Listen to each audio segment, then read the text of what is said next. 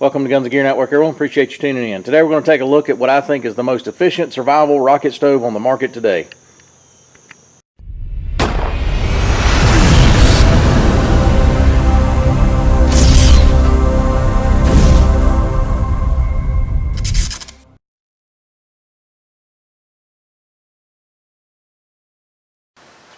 Welcome back, guys. Appreciate you tuning in. So today we're going to take a look at the Silverfire Survival Rocket Stove that was sent over to us. So the company had seen some videos, some other videos that I'd done on rocket stoves and things like that, and asked would I like to review one of theirs, and I agreed to that, and that's what we're doing today. So let's talk rocket stoves in general real quick. In my opinion, if you are a serious prepper, into survival, things like that, and looking for the best methods for living off-grid, whether it be emergency or on purpose. So, in other words, you're wanting to live off-grid, or you are, it's one of those accidental things. It could be environmental, whatever happens, that we are now living off-grid for an extended period of time.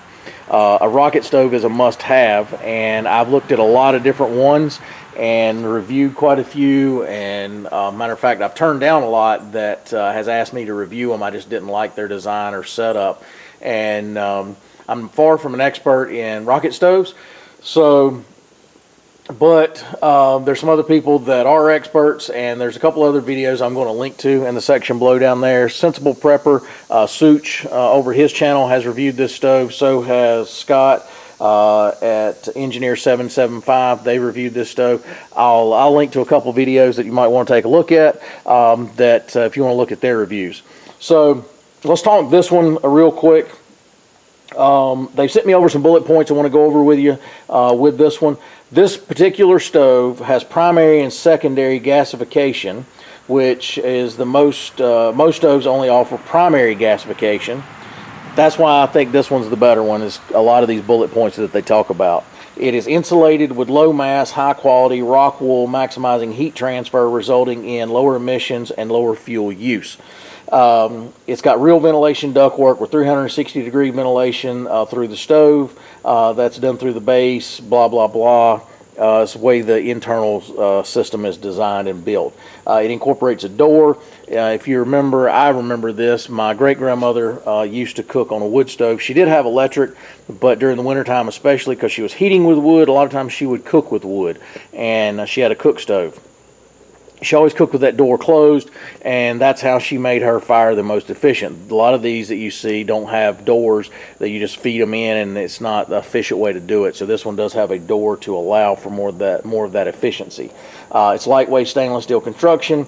It does have carry handles, and we'll go into some of that as we look at the stove itself. It uses the least amount of fuel compared to any other rocket stove, reduces emissions, smoke signature, and fuel savings. A lot of the high mass uninsulated stoves are what they call energy thieves, so it's going to require more fuel. So part of the reason I think if you're serious about living off grid or being prepared to live off grid is because of having a rocket stove, is because it takes less energy to gather the fuel needed to use it. So in other words, small twigs, branches, pine cones, leaf matter, anything like that can be used in one of these rocket stoves for you to be able to boil water, cook your foods and all that. Whereas a bigger stove that's not designed like a rocket stove, you're going to have to feed that thing with a lot of fuel, i.e. wood and things like that. So you want to be able to go in, cook your food real quick, boil your water, whatever you need to do. And if you look at third world countries, major disasters, things like that, a lot of times they have plenty of water, because sometimes it's done because of a hurricane, right? So they have plenty of water, but a lot of times they can't drink it because it is not sanitary. So if you've got a rocket stove set up where you can take the minimal amount of fuel that you need to boil water, then you can sustain yourself without getting dehydrated. The number one killer in those situations a lot of times is dehydration. It doesn't take long, 2 or 3 days without the proper amount of fluids, and your body's going to start shutting down. You can go a lot longer without food than you can fluids like water. So That's why I think that this having a rocket stove is very important. So let's take a look at this one in general. Again, stainless steel construction. Inside of this is the burn chamber, and I'll show you that here in a minute. And around it, surrounding it, is the insulation. So is this hot? Yes, it is hot, but it is not like just fire red, kind of hot. I can, touch it, but I wouldn't want to touch it real long. Has this door. It also has this shelf here, and the reason it has the shelf is for when you have longer sticks and you need something to prop them on, it will do that. So like if I had this stick, it's pretty long, and I wanted to stick it in there, it would hold that up. This actually is removable, and it slides in the stove to be able to transport it. If you noticed, I have this on a plastic table with a piece of cardboard. I've already taken it off one time and tested it a couple different times to make sure. Would I want to do this constantly? No, but on a picnic table, something like that, the bottom of this thing, it does not get really hot at all. I mean, it gets warm, but nothing crazy. So something like this setup would be fine temporarily. I would much rather have it on at least a piece of thicker wood or something like that. But if you notice, I've been burning this. I've been trying to boil up some water, just see how long it takes, whatever. The handles here allow you, I'm going to take this water off real quick. I'm going to show you a couple things.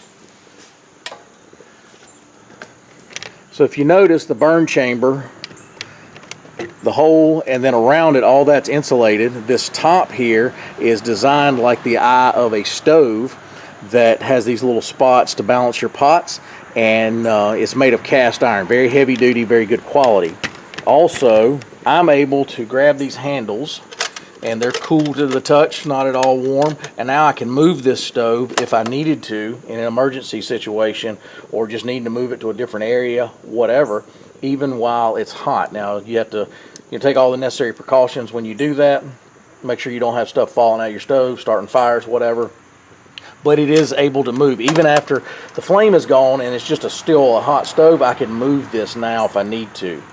So it does have that capability with those handles and those insulation pieces on the handles and the length of them that keep it away from the heat. Excellent stove. It's about the right size. It's a perfect fit. Could you backpack this? No, but it is great for either car camping, a homestead, some type of retreat. If you're going to do that, as far as prepping goes, I think this right here would be a good fit for something like that. Some of these things are just crazy big. And just crazy heavy. So this one is not very heavy at all. A lady could easily move it around if she needed to do some cooking or whatever. And I use that term loosely, guys. Don't fret because I said a lady. I had somebody else in another video raise King because that's something about a lady. But I think you guys know what I'm talking about. So price point on this is kind of in the middle. It's not the most expensive. It's not the cheapest out there. It's $179. Again, always link in the section below where you can get it and so forth. But it's right in that middle price point. I think there's certain things that I'm willing to spend money on and spend if it's a little more pricey than others because of efficiencies and quality and things like that. And a cooking vessel and or something to boil water would be one of the things I would be willing to spend a little extra money on. So it's right in the, like I said, right in the middle. There's some I've seen. I reviewed some that's as high as $500. This one right here, $180. So it's right there in the middle. I did an Amazon search. There are some cheaper. There's some more expensive. So give or take, like I said, it's kind of right there in the middle. Water's starting to boil. In fairness, that water was already fairly hot. I had done some other videos and the video went a little long. I decided to shorten the video down a little bit for you guys, but it took about total time, by the time I put the water on and so forth, was about 10 to 12 minutes to boil that amount of water.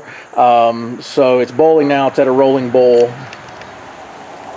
and the video now has been running 8 or 9 minutes. So But anyway, guys, I want to thank Silver Fire for sending this over. Be sure to check out the other 2 videos if you want to look at some more about this stove. Again, I'll put in the section below that information as well as where you can buy it. If you have any experience with this stove or something similar, especially have experience with this stove in particular, that would be great if you'd like to share that with us, and so forth. Again, I want to thank Silver Fire. As always, guys, like, share, and subscribe. Bring another video shortly. Have a great day.